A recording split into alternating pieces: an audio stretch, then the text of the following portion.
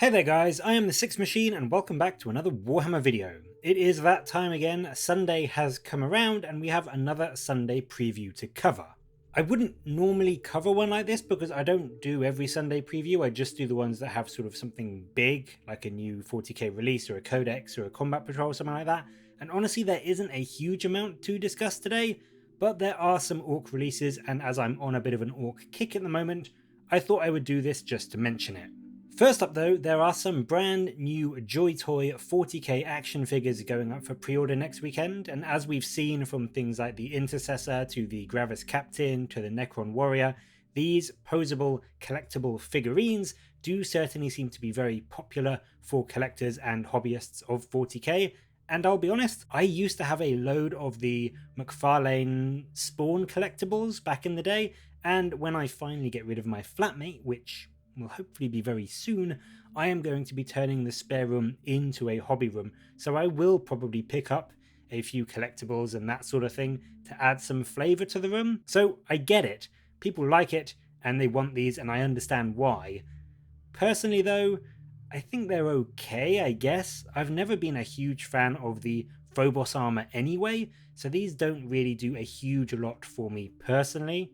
But on the other hand, they do have a good bit of variety in the figures you can get, and they seem to have a lot of posability and customization in how you want to put them together. So if these are your jam, that is definitely something to be excited about going up for pre-order next weekend.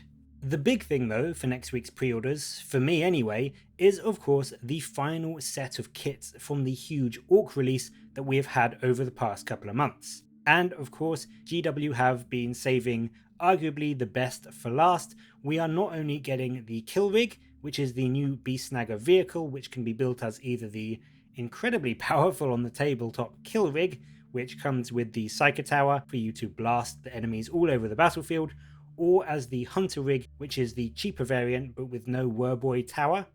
And of course, you do get the Werboy as well with this kit, so you essentially get access to 3, possibly 4, depending on how you want to play it, data sheets with this one kit. You get the Kill Rig, you get the Hunter Rig, you get the Werboy separately, and then you could presumably use the Werboy just as a weird boy if you were so inclined. So it is a pretty varied little kit, and it is definitely worth picking up if you want a model for your Orky Psyker, or you just want access to probably the little bit undercosted Kill Rig for your games of 40k. Also going up for pre-order next weekend is the model that honestly I think a lot of people forgot was coming, the Ork Painboss. This is a really lovely little model, to be honest. It's perhaps a little bit overshadowed, rules-wise at least, by the fact that a Painboy does pretty much all that he can for cheaper. But if you want to use this guy as a Painboy, I don't think anyone would really bat an eyelid. And as the Painboss can heal cavalry models, as well as having a 9-inch move, he actually can be pretty handy if you've gone heavy with things like the Squig boys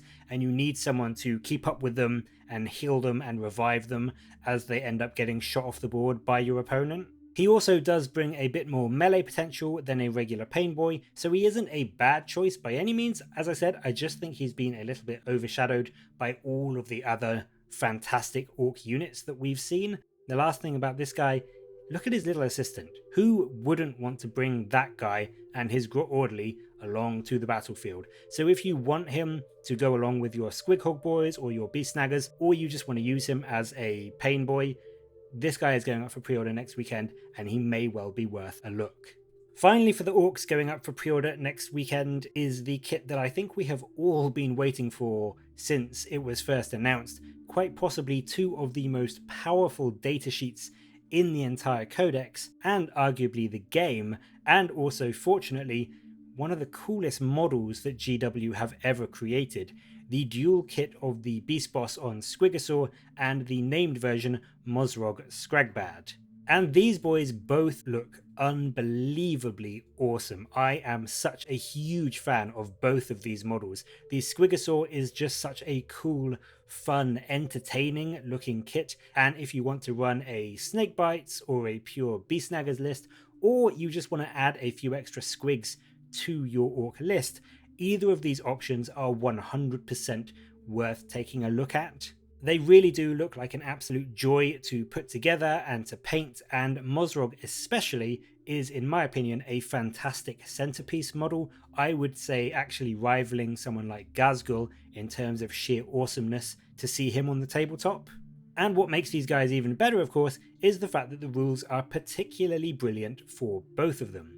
Mozrog, as I did in my earlier review, is an absolute powerhouse, and the Beast Boss, whilst not quite as strong initially as Mozrog, can be customized with various relics and warlord traits to either be an absolutely unkillable roadblock, or honestly one of the killiest characters in the entire game, able to put out a huge number of mortal wounds in addition to his regular, also very impressive damage. So are you going to be picking up any of the Joytoy Phobos figures, and what other models and kits would you like to see GW do for them? Maybe something for a Xenos faction like the Eldari or the Tau, and then also will you be grabbing any of the new Orks stuff when it goes up for pre-order? Let me know in the comments below, and as always, thank you very much for watching. Please do like and subscribe for more Warhammer content from me, but until next time, I will catch you later guys.